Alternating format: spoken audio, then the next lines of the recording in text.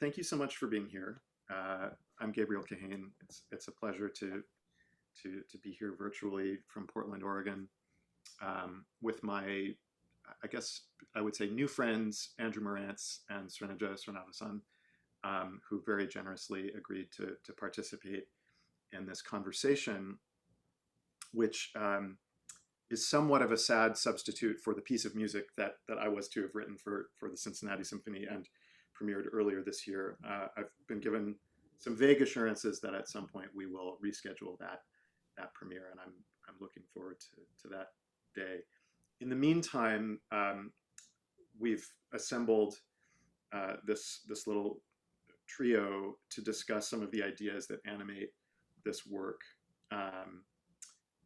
In November of 2019, I decided to take a year off the internet entirely to sort of make an exploration of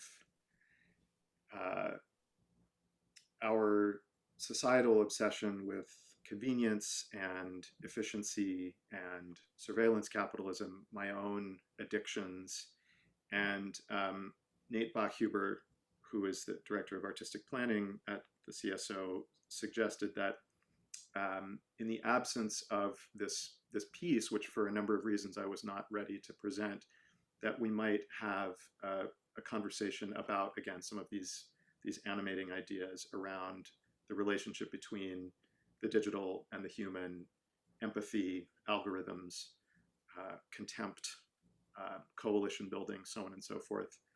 And so I would love to begin by inviting Srinija and Andrew to introduce themselves. They represent two sort of entry points into a conversation about technology. Andrew from a journalistic standpoint, Srinija as someone who has been a part of the world of modern technologies since its infancy in a way. So I wonder, Srinija, if you want to begin with telling us just a bit about the work that you're doing now and what you were doing 25 years ago. Thanks so much, Gabriel. It's great to be here. Yes, I call myself an accidental tech exec, or ex-tech exec, because it never would have occurred to me I would find myself in that position. I was drawn to subjects like artificial intelligence as early as college because I was just so interested in what technology can teach us, and especially artificial intelligence. What can pursuing that teach us about the human condition? We'll surely learn so much about the possibilities and capacities and limitations of this animal by trying to do this artificial thing. And it led to a whole set of serendipitous events that ended up meaning I was the fifth employee at Yahoo when the web was barely something that people knew about. And I had a 15, 16-year series of epochs in that early nascent internet, and then the explosion of the web industry as we know it. So all of those chapters of seeing, like, kind of from the front row seat of this burgeoning industry and the capitalism forces that propelled it so in such an accelerated fashion. And in parallel with that 15-year time of my life, about a decade of that time, I was on the board and chairing the board of a nonprofit arts organization called SF Jazz. And so these twin experiences was sort of like stereophonic. And I found myself with all these questions about the nature of art and commerce and capitalism and culture, and why can't these things intersect in a sane and humane way?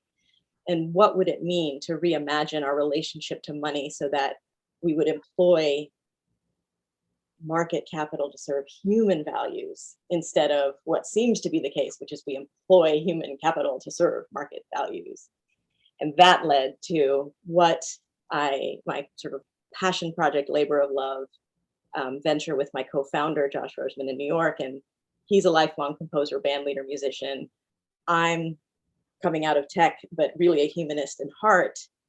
And we want to develop a model for how commerce and culture can actually coexist, where the artistic values are driving the equation, not the market values. That's a wonderful summary, and I hope we can dig deeper over the course of this conversation. revisit some of the anecdotes you've shared with me about what it was like to be in the front row at the dawn of Yahoo. I should mention that Srinija and I were introduced by a mutual acquaintance at Stanford Lively Arts, where I'm doing a project that sort of intersects with this one, and I'm so grateful to you both for having this conversation, but the number of conversations we've had over the last several months on a lot of these ideas that we're both grappling with.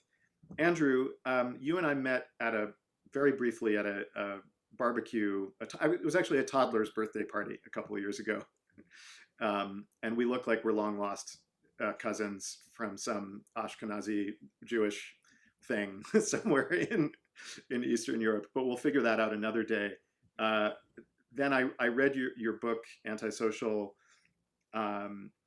first before I went off the internet, and then again in the middle of my internet hiatus, and was just struck by the incredible humanity with which you report on some of the ugliest stuff that happens on the internet and off the internet, reporting about the rise of the alt-right, and also about the difficulty of young tech startups policing behavior.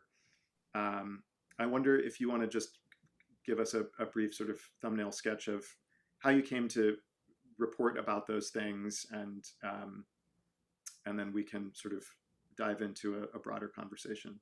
Yeah, certainly. And it actually, I think you're clearly a good curator, because the origin story of this has a lot to do with the stuff that Srinija was just saying, that, the notion that when you sort of create this kind of Darwinian struggle or sort of race to the bottom for sort of human attention, or when you let market principles overtake, sort of previously reigning human principles, to the extent that they've ever fully reigned at all is a separate question. But, the notion that when you optimize for certain outcomes, you're not optimizing for others, right? So to be very concrete about it, I sort of sat up in about 2014, and which was pretty late to the party, but was sort of early in other ways, and sort of said, okay, so it looks like we're building an internet attention economy that is based on certain measurable, tangible, metrics. And it seems like those metrics are not, in most cases, being optimized for the things that we should want as communities, as societies, as people, as a polity, as a political body, whatever. Where does that lead? And sort of thinking a priori about how that probably doesn't lead anywhere good.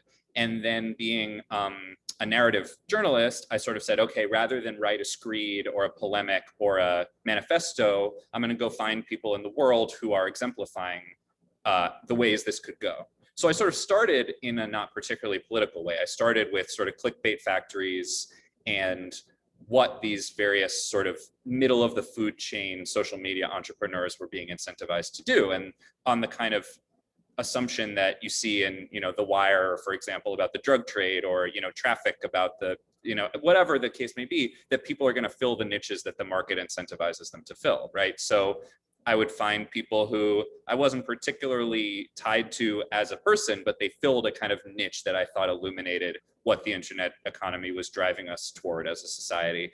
And over time, you follow that from 2014 to 2015 to 2016, and before you know it, I'm hanging out with Nazis. So we can get into exactly how and why that happened, but it's basically, the same principles that that we've already put on the table, right? If you if you set up your algorithms or your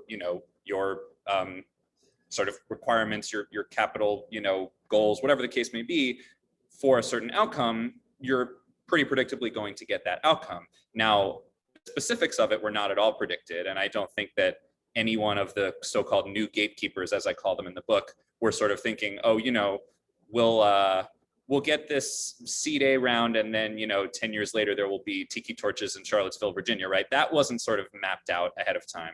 but the underlying incentives were there. And just to leave us for now with a kind of metaphor that I think helps tie some of this together, I started thinking about the word fitness a lot. There is this, the sort of motto of the New York Times, right? All the news that's fit to print. That is predicated on a definition of fitness that has something to do with integrity, that has something to do with a kind of, ethical baseline, or at least a baseline of sort of self-embarrassment, or subject to that the institution is subject to shame, or that it has a mission. And then there's the Darwinian concept of fitness, which is just sort of survival of the fittest, whatever wins in the struggle. And so what I sort of saw was a clash of those two mentalities, that something could be minimally fit in the former sense and maximally fit in the latter sense, and that thing could become so fit in the latter sense that it could, become president, let's just say, for example. Yeah, absolutely. Well, thank you for that. In the same way that we will get to the point at which you were hanging out with Nazis, but we have to do some work in order to arrive at that moment. I want to rewind slightly to give a little background into my work, and how it was that I arrived at this decision to take a year off the internet and then find myself a year and a half later on a Zoom webinar. So back in 2014, I'm starting arbitrarily in that year, I made a piece called The Ambassador, which was an investigation of Los Angeles through its built environment. I was born in LA, did not grow up there, began returning as a young adult, and wrote 25 songs about 25 buildings, and then created a stage piece designed by the incredible Christine Jones, who you can sort of see in these photographs. She built Los Angeles out of discarded media. Los Angeles is a city that loves to destroy itself and reinvent itself, and destroy itself and reinvent itself. So this idea of obsolescence is constantly in play in Los Angeles. And it was the first of a number of works that I would make in which I was acting almost in the same way that a really sloppy academic would work in terms of doing a bunch of research and then writing something about it. But instead of writing a book, I was writing songs. But there was a way in which that piece held my own emotional life at arm's length. And when I was asked to make another piece for the Brooklyn Academy of Music, where this piece premiered, we were in the run-up to the 2016 election, and I was troubled by the landscape. I was troubled by the filters. Andrew spoke about the incentive structures, which I think we'll come back to, the ways in which the incentive structures of digital spaces really profoundly change the way that we talk to each other, the way that we sort ourselves, the way that we organize our discourse. And that led to a 13-day train trip that I began the morning after the 2016 presidential election, and a piece called Book of Travelers, which chronicles an 8,980-mile train trip that I took starting the morning after Trump was elected, during which I brought no phone, no internet-connected devices, and talked to strangers for the better part of 2 weeks. And initially, I had set out to try to understand a political landscape that was unfamiliar to me. But I found time and again that the conversations I was having with strangers were about family and about individual struggle, trauma, joy. It was just before Thanksgiving, so a lot of people were going home to see their folks, and it gave me a kind of hope, in as much as it reinforced. We like to say we have more in common than we have that divides us, and that media is incentivized to give us the impression that we are more divided than we actually are. And that sort of hallmarky sentiment was actually borne out in my experience being on the train. At around the time that I was premiering that piece, I was also working on a larger project for the Oregon Symphony here in Portland called Emergency Shelter Intake Form, which was an exploration of housing and homelessness, really an exploration of inequality through the lens of housing issues. And that work brought me into contact with a community that I would not otherwise have had an invitation to, in the same way that being on the train, I was meeting people I would not have met in my Twitter feed or in Brooklyn, where I lived at the time. We were really, really privileged to work with the Maybell community singers, many of whom had experienced themselves houselessness. And that piece really centered my thinking about why we deal with the kind of inequality in our society that we deal with. And this brought me back to thinking about technology and this obsession with efficiency and convenience, and the extent to which efficiency and convenience are the watchwords of our modern economy. And so somehow threading this, this concern on the one hand about inequality, and then revisiting the train trip from 2016, during which I had abandoned my devices, I thought, well, maybe I need to really go whole hog and take a year off the internet and see how this this changes my perception of things. So that's a kind of brief thumbnail sketch of my work, from which I'd now like to ask the question, I guess first to you, Andrew. I'm going to ask two questions. One, what are your gravest concerns about the sort of technological regime that we're living in? And then two, to the extent that you feel any sense of optimism, what's the source of that optimism? And then I'll throw the same question to you, Srinija. So I think my gravest concerns are that the existential crises that we're facing are going to be exacerbated or accelerated by the internet attention economy we've created. So, you know, the sort of obvious threats, right? Climate change, the impending death of liberal democracy. I hope I'm not breaking any news to anyone, but that those things are sort of structurally designed to be exacerbated through social media rather than ameliorated. And I think it's for reasons that go beyond the kind of top line stuff that you might see in sort of, you know, TV segments or newspaper op-eds. You know, I don't think it's as simple as sort of siloing or echo chambers, or, you know, you have a blue feed, I have a red feed, or that kind of stuff. I think it's actually much more on a kind of granular, basic level, just at which we can sort of break down and get into, but that as long as the lifeblood of our prevailing attention economy is around emotional engagement, there will always be a slight edge given to emotions that are, to quote the title of my book, antisocial as opposed to pro-social. Where I find optimism, I mean, I sort of struggle with the, you know, this is maybe a semantic thing, but I think that optimism, at least the way I interpret it, implies that there's a kind of, you know, glide path or teleological trajectory, and that if we just kind of hang on for long enough, we'll get there. And that is something that I, you know, try pretty hard to avoid. So I think, you know, not to split hairs, but the thing I try to sort of derive hope from is less optimism in that sense, which is sort of the, you know, I think this sort of misapplied notion that, you know, we say the arc of history is long, but it bends toward justice. And we sort of take that erroneously to mean that, you know, the arc of history is like some kind of, you know, like gondola ride that you can just kind of hop onto, and it just kind of takes you there on its automatic, you know, foreordained path. And I think the more accurate way to think about it is that we decide where the arc of history goes, and that it has gone in, you know, both progressive and regressive directions throughout history and even in very recent history. And so you often hear figures like Barack Obama or Mark Zuckerberg say things like, you know, sometimes we take one step back, but, you know, we always take two steps forward. And that is just not true. It is not the case that we always take two steps forward for every one step back. And you don't really have to know a lot about history to know that that's not true.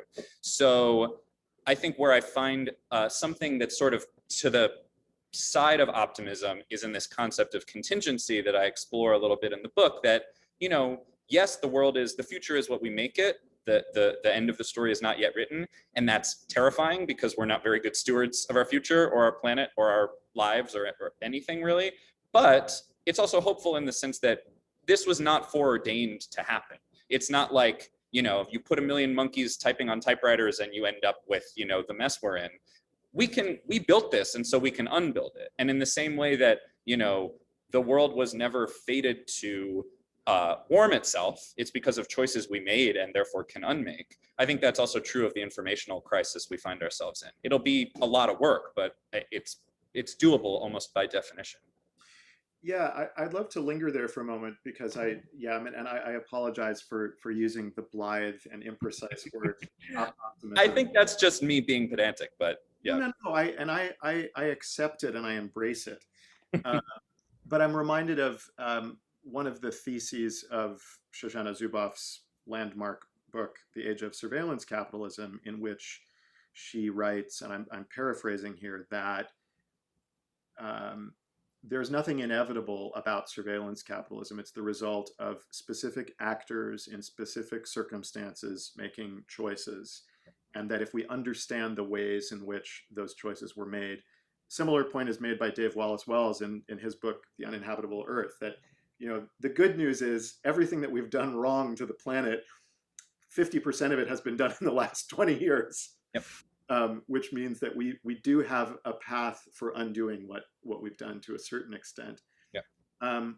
But I wonder, maybe as I pass this over to Srinija,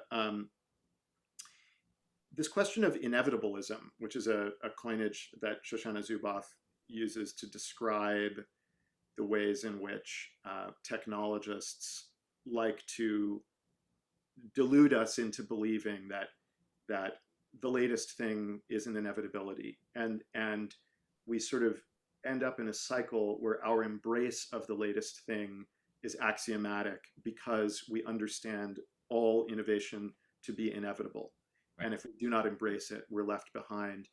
I wonder, can you contextualize the notion of inevitabilism within your origin story at Yahoo? It's a really great question, because as Andrew was talking, so much of what you say I resonate with, Andrew. And when Yahoo started, this is the 1900s, y'all, 1995, and it was this nanosecond in the web industry, because it wasn't an industry yet. Netscape hadn't gone public. That was a seminal event in the making of a market that would then have the gold rush that people flocked to. So for that minute, you really had people that were just curious about, what can this technology do? What can we do with it as humans to improve the human condition? And just to have some fun, or just explore and discover. And Yahoo, from page one of our first business plan, Jerry Yang, David Filo saw it as a media company. So think about that. It was framed from the outset as a media company, meaning we took an analog, old school, human metaphor, applied it to this thing that's supposedly so different, but really no different. Just new tools and new capacities. And what does that mean? That framing is so profoundly consequential. It's the opposite of inevitable, that innovations are, go a certain way. If you think about the framing, everything follows from that. The roles, the responsibilities in the company, the premise about who's responsible for what. Do we assume responsibility for the effects of our choices and their choices? And so we're a media company. I'm editor-in-chief, a couple years in. And that has all kinds of consequences for what I think my job is and what I get to tell other people we have to worry about and what we're responsible for. We were the #1 news concern on planet Earth for a minute, at a rather heady minute, 9/11, and many, many, many other things. And the fake news problem was a problem, but very different framing than what we see today. So soon afterwards, Google News launches a beta some years later with a disclaimer in their footer that says something like, no human was involved in these search results. And I thought, wait a second, talk about framing. Last I checked, your coders were human. What do you mean no human was involved in your search results? And what is it doing to our expectations and your assertion of responsibility that you're starting with that claim? And then fast forward to Mark Zuckerberg testifying in front of Congress and denying that they're a media company. So framing is profoundly consequential, and we can make different choices about how we frame what we're doing, and we can be intellectually honest to have to have different outcomes and different expectations of one another. I wonder if you can unpack a little bit more, just because I have the feeling that you are possibly glossing over what to you feels very humdrum because it was your life. But this notion of being the editor-in-chief at Yahoo in the adolescence, not even the adolescence, the tween age era of the internet, like it was, running around reading Harry Potter and had slap bracelets on in the sort of personified internet that I'm imagining that's 11 years old or whatever. I think it was also reading The Fountainhead, unfortunately. But yes.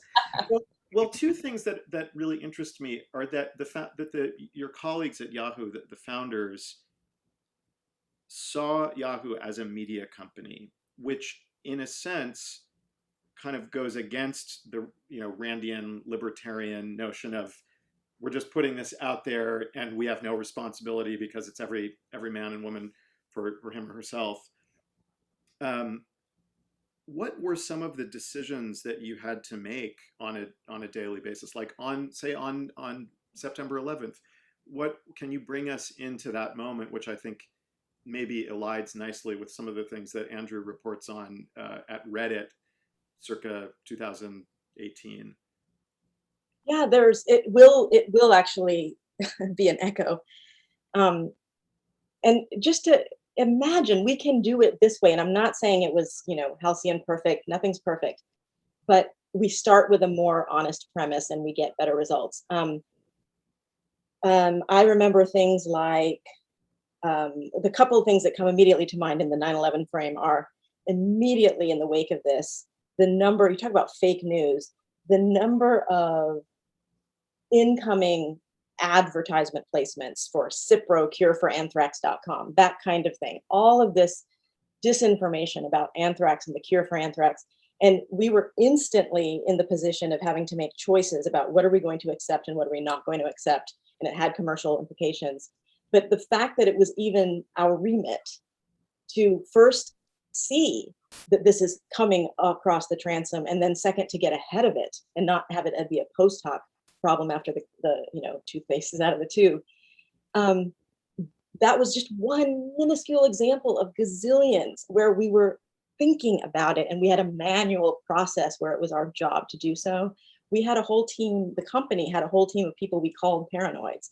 Their job was to anticipate all the ways that bad actors could abuse these very tools so that we could think about it from the pixel level of design, not how do we make sure no bad actors exist, but how do we just mitigate against that? How do we maybe just help up the odds, put the thumb on the scale for good actors to have tools to, meet those bad actors or report the abuse, and we have a process for seeing that abuse. Again, it just goes to the mentality of what do you think is your job? Whose responsibility is what? And are you thinking about the downstream chess moves and effects of what you're putting out? One other one that I think is really hopeful and might go into some of what Andrew, the dark side that he's seen is, I remember on the anniversary of 9/11, there was a big question, what would we do with our front page? It's a big deal. This is a big anniversary. And we had an idea of having sort of basically user-generated content and the equivalent of the AIDS quilt, but have like a digital quilt of people's memories and experiences and things that they wanted to bring forward.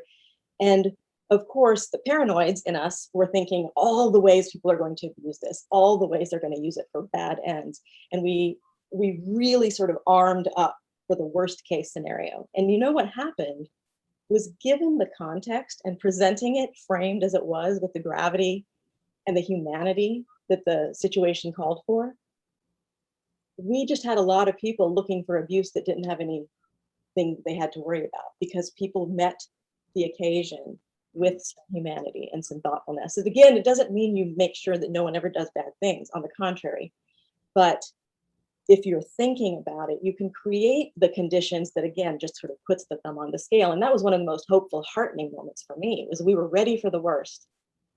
And then people surprised us. And how do you carry, to sort of put a similar question to Andrew, but with a slight modification, to sort of make room for Andrew's rightful critique of my sloppy use of the word optimism. Thinking forward 20 years, that was 20 years ago. To what extent do you remain hopeful? I know from previous conversations that I think you share a critique that Andrew has sort of put forward about the moment. Do you want to build on that critique and then move into what makes you hopeful about the present? You want me to build on the? Oh no, I was asking Srinija Yeah. to follow along. Oh, to build on the I'd love to talk about what makes me hopeful, but to build on which critique? Oh, on Andrew's previous critique of the paradigm that we're in and the incentive structures we're in. Yeah, absolutely. Well, so right, because likewise, my gravest concern has to do with seeing these things happen, like, Google News Beta, not just hiding behind, but proudly claiming as a bragging right that no human was involved, or Facebook just outright denying that they're a media company.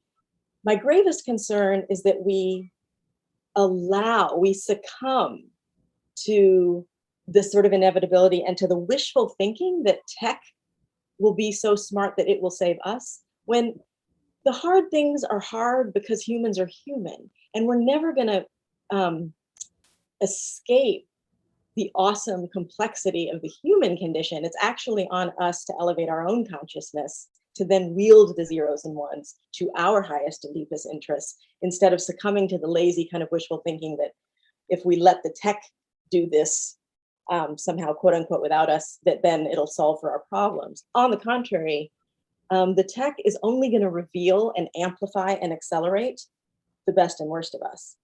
And so it's actually, we're just upping the stakes and upping the ante for hurrying up to evolve our own consciousness and humanity to meet these greater capacities that we are creating and that we're not going to uncreate.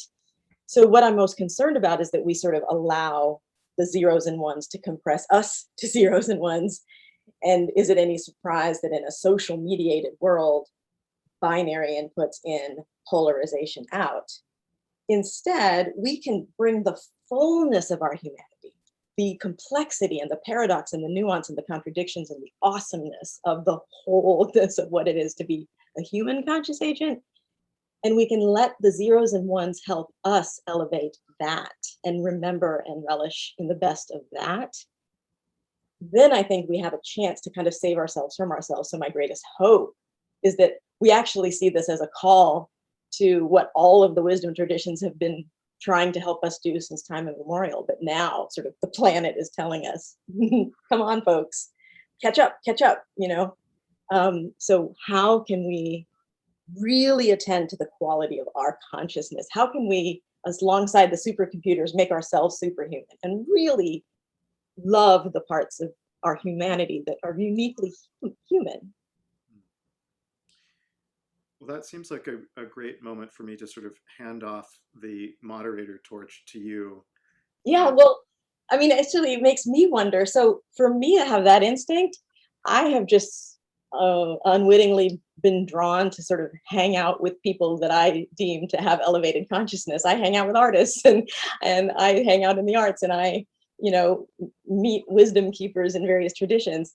But each of you, Andrew and Gabriel, has taken a little bit of a different tack, and you found yourself into unlikely corners, finding humanity in maybe less likely places.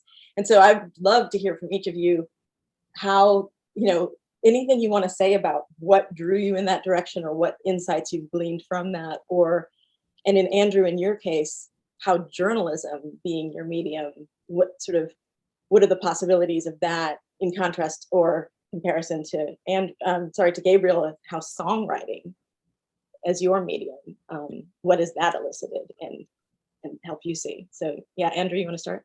Yeah, well, I think there's a similar dynamic in both cases that is, and I'd love to hear you speak to this too, Gabriel, that, journalism is an interesting thing because a lot of people sort of think of it as, well, people think of it, if they think of it at all, as kind of just being a kind of, utility or like resource that comes out of a tap when you turn it on. And obviously it's not that, it's this very endangered thing.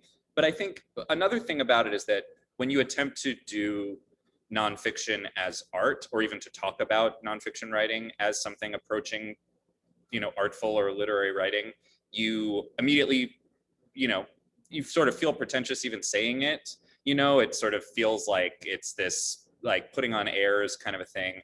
We expect of a fiction book or a book of poems or a play or any other kind of writing that you try to do the best possible work and you kind of hope people notice it or not, but the point is the work.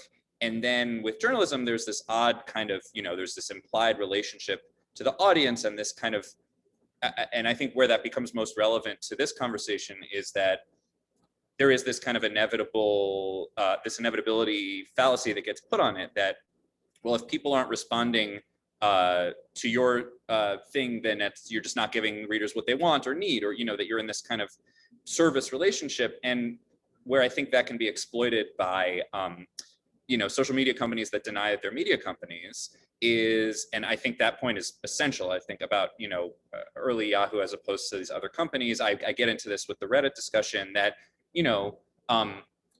there's this notion that, as you were saying, there's no human fingerprints on this. This is perfectly neutral. This is perfectly objective, right? All of which is demonstrably false.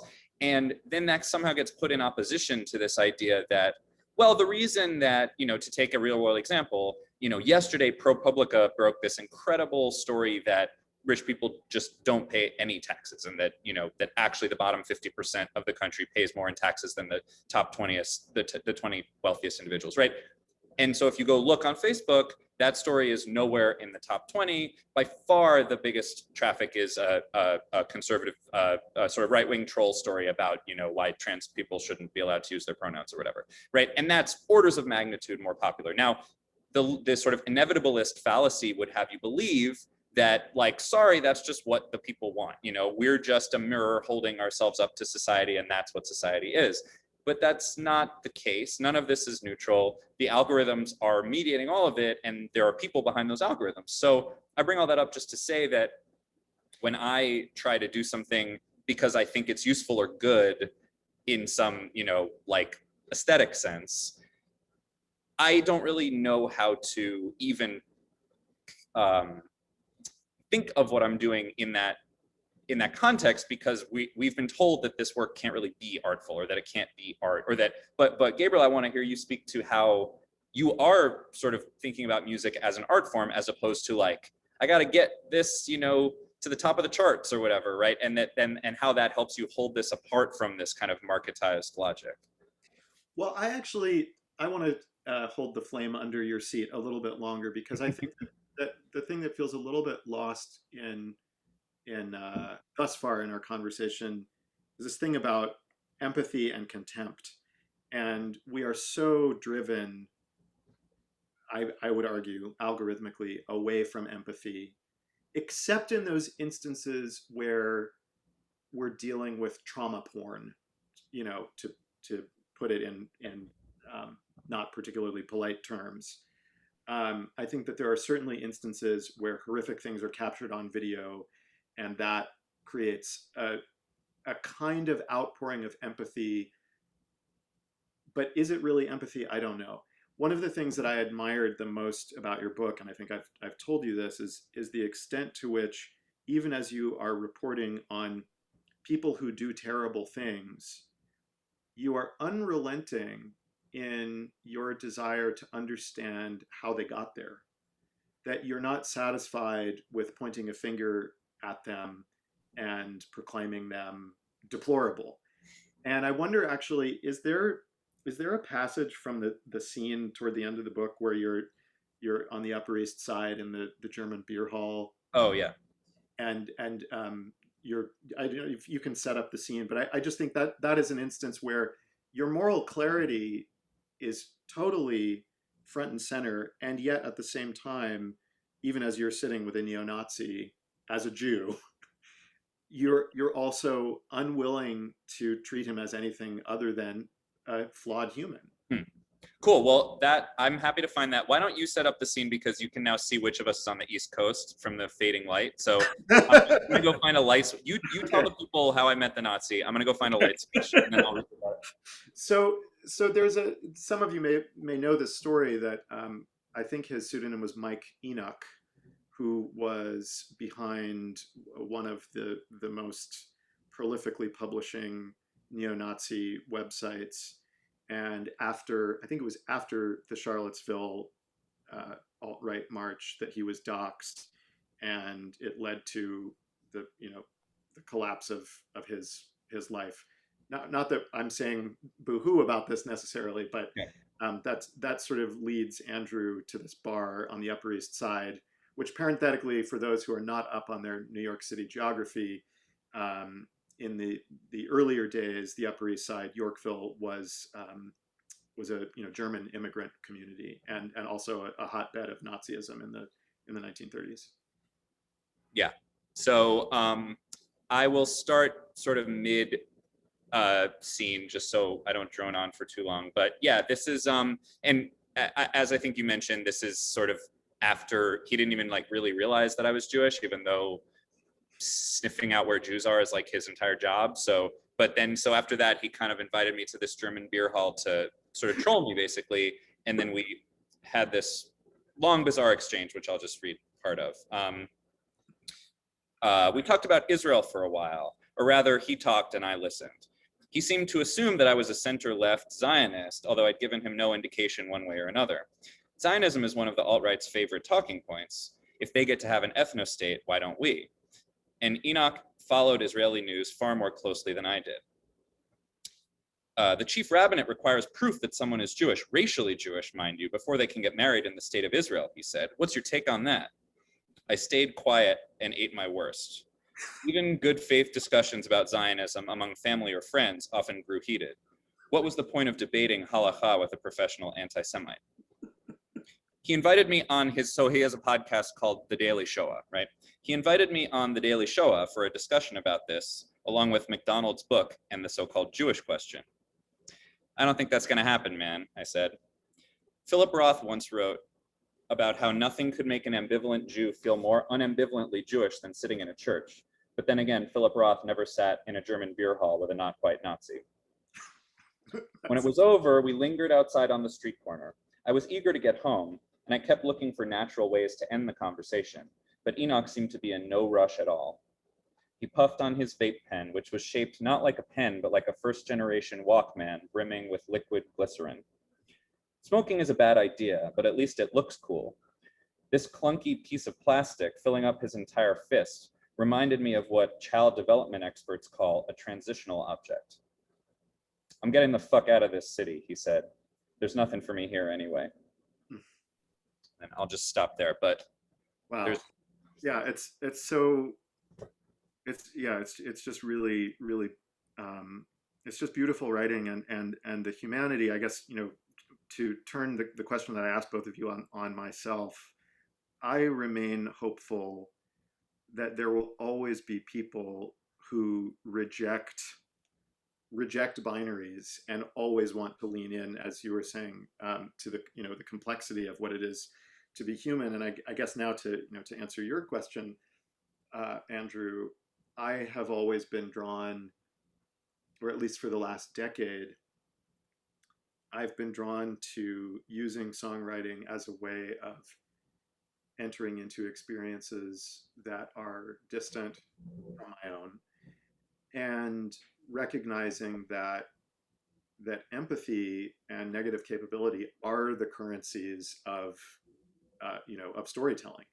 That in order to tell a story in a compelling and convincing way, you have to be able to live inside someone else's experience.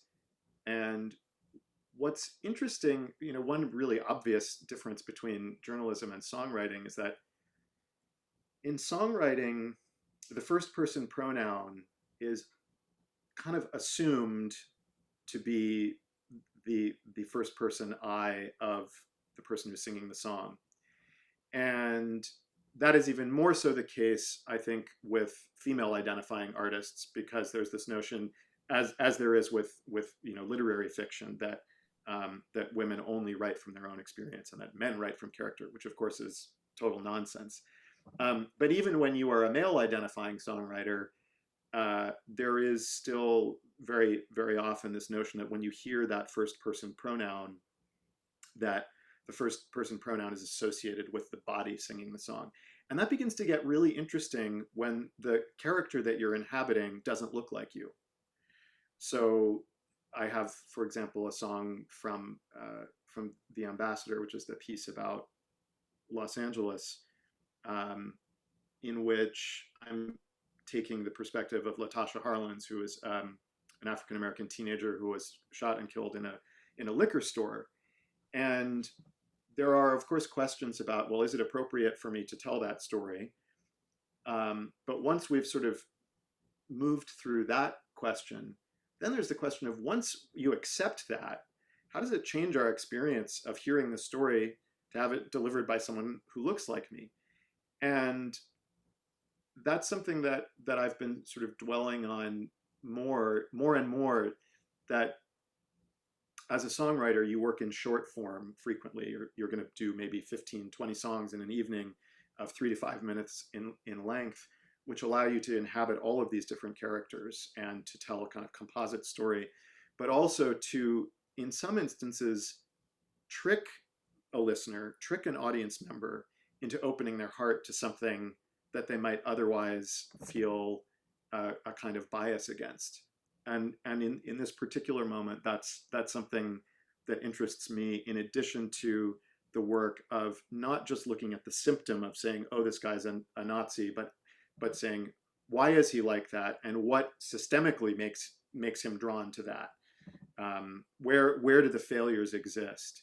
And so for me, the thing that I'm most interested in is always to sort of push beyond the symptom and peel away, so that I can find empathy for the flawed human and indict the system, as opposed to getting hung up on, this is a terrible human being.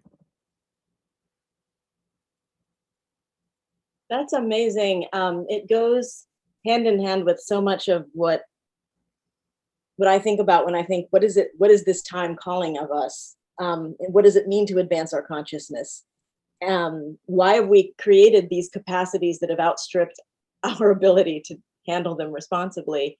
And catching up is, I assume, going to mean finally listening to what all the wisdom traditions have ever told us, which is that separation is an illusion, and that thing that you're saying is other is in me and is me. And what will it mean to evolve our consciousness so that I can't see you as other? And so, Eckhart Tolle talks about the evolution of consciousness for all these millennia that have resulted from, single cell organisms and simpler creatures into sort of the human being, this particular version of consciousness that makes us us. But what if we now consciously evolved our consciousness? What if these tools and capacities and technologies for connectivity, what if we could actually wield them consciously to advance our collective consciousness, to understand we're all one interbeing on a planet that gives us life?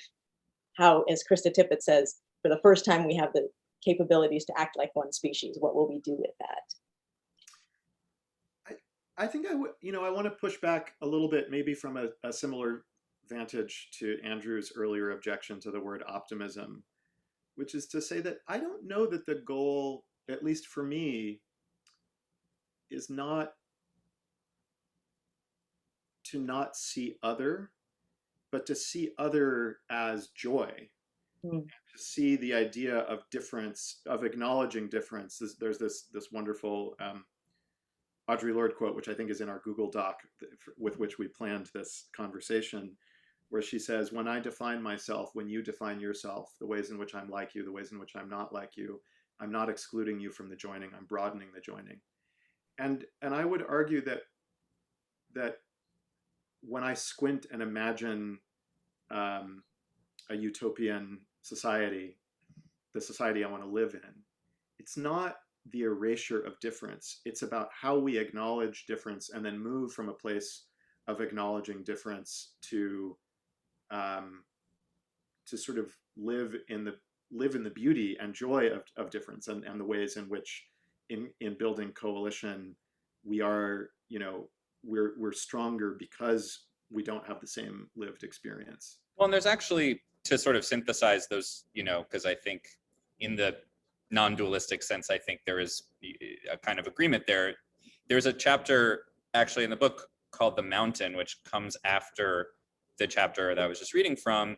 Then The Mountain, it's about another, you know, a young woman who goes down the radicalization rabbit hole, and she kind of has a boyfriend who kind of like missionary dates her essentially and kind of converts her, and it's this terrifying radicalization experience which she then climbs out of and is now sort of fully repaired from, I think. And I, you know, continue to have a relationship with her, and you know, she's one of the few people who I reported on during this time who I still talk to. But the reason I called that chapter The Mountain, to the point you guys are making, is that part of her mistaken radicalization was a kind of naive version of the point that there is no difference, that, you know, which I think is not what we are discussing, right? This idea that, you know, to even discuss difference is somehow offensive, or that, you know, it's taking something away from me. And she kind of gets hoodwinked by that kind of very false consciousness version of this and says,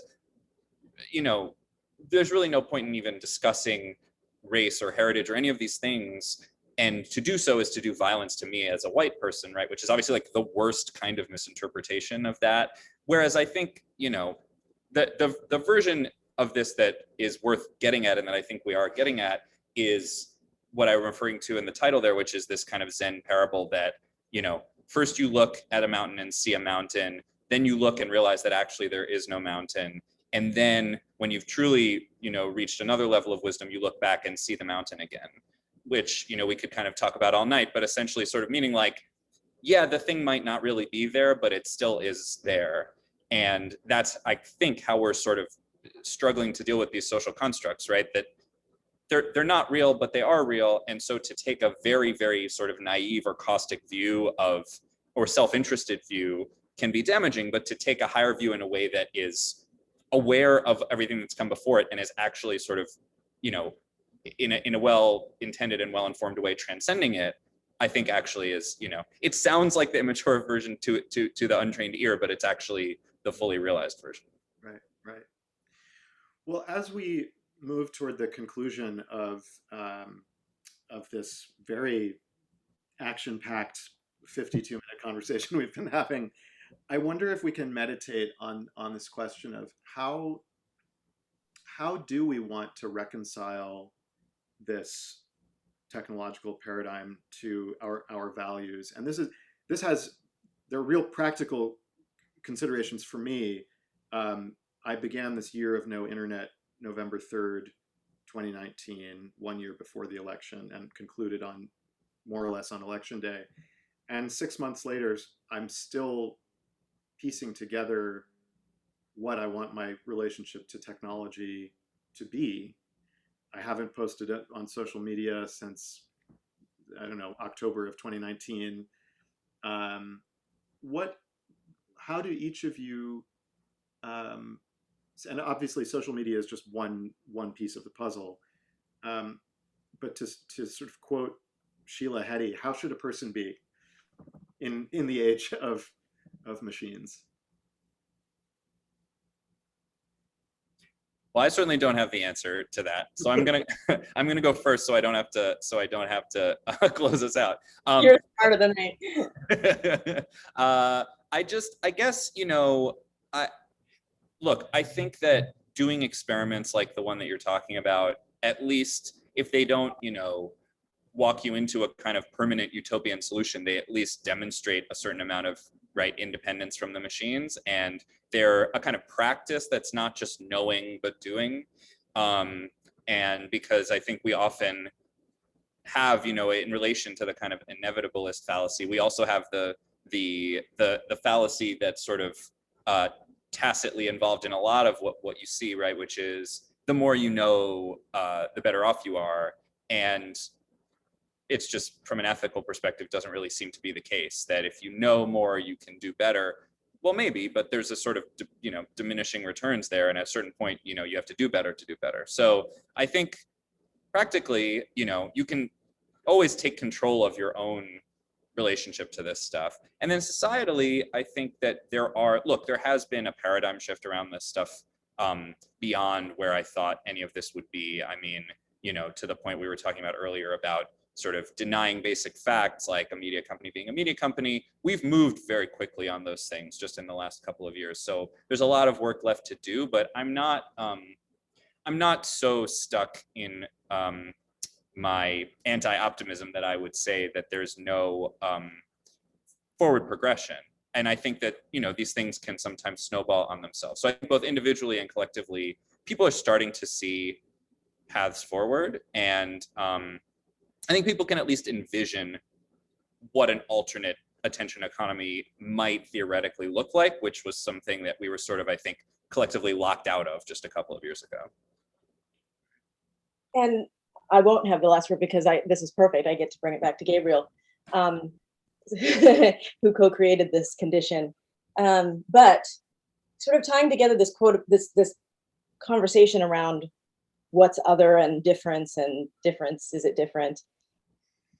And I think how we should be is our most deepest human selves. We should really examine what has been hard to do in all of human history, but now is the moment. Now is when it really matters. That there's a reason that we have a peculiar kind of consciousness, and that I'm me and you're you, or I have a perception of a consciousness of a me and you're you. And there is something that in the reciprocity of how the universe works, and the bees and the flowers, and the bee doesn't know how pollination works, and neither does the flower, but by the bee being the bee and the flower being the flower, pollination happens. If, you and I, Gabriel, have each kind of come to this newfound curiosity and passion around gift economy and gift consciousness and these notions of reciprocity, I think the bad news of technology is it amplifies and accelerates the worst of us. But the good news is it can amplify and accelerate the best of us. It can. And that's the sort of Hail Mary hope. So, one way we should be, in my mind, is doing what I love that the Cincinnati Symphony is hosting this, because the arts context is profoundly important. We should support the arts. We should engage in the arts. Why? Because what are the arts? They're this best technology humans have come up with to explore our collective imagination, to see our seeing, see the water we're swimming in, and then collectively imagine other ways of being. So really come back to sort of the most human parts of us and see what comes when we celebrate and relish that and uplift that. Yeah. Well, I think then to conclude, and picking up this thread about gift consciousness, to the extent that I have had any revelations since my hiatus from digital spaces, most central, I think, has to do with thinking about this question of reciprocity in art making and the relationship between that and community. And to unpack that a little bit, what I mean is that when you're plugged into social media as an artist, it's very difficult to resist thinking about everything in terms of the number of plays on Spotify, the number of likes that this video gets on Instagram, or this, concert has, this many likely attendees on Facebook. And in the absence of all of that, thinking about the art object as a kind of gift where I put it out into the world, you listen to it, you consume it in some sense, and your gratitude completes that cycle of reciprocity. The things that I've really held with me over time are really intimate moments. A letter from a fan who heard a song on her first date with her then boyfriend, who's now going to walk down the aisle to that song. Do I want to attend the wedding? Or someone who is caring for a dying loved one while listening to music of mine and writes a note. And those kinds of experience don't really accrue greater meaning or energetic value at scale. And so I guess what I would close by saying is that there are 23 attendees on this call. And one of the things that we're doing, I think, is we're building community in advance of what I hope will be the premiere of this piece in a couple years. And when I think about how I want my music to live in the world, it's increasingly has little to do with, are there going to be 3,000 people there, and more, am I serving as a conduit or an enabler of community? And in a very weird way, I can't see any of you, but I see your names, so I know you're there. And I feel like we've sort of deepened our sense of community in the course of this hour. So thank you for being here, all of you. Thank you to Nate and to Lee and Marissa at the CSO for helping to gather and rally the troops. And I hope that I'll see you in person in Cincinnati sometime in the next 18 months to 2 years. Thank you, guys. It was fun. Thank you so much. Thanks for the invitation.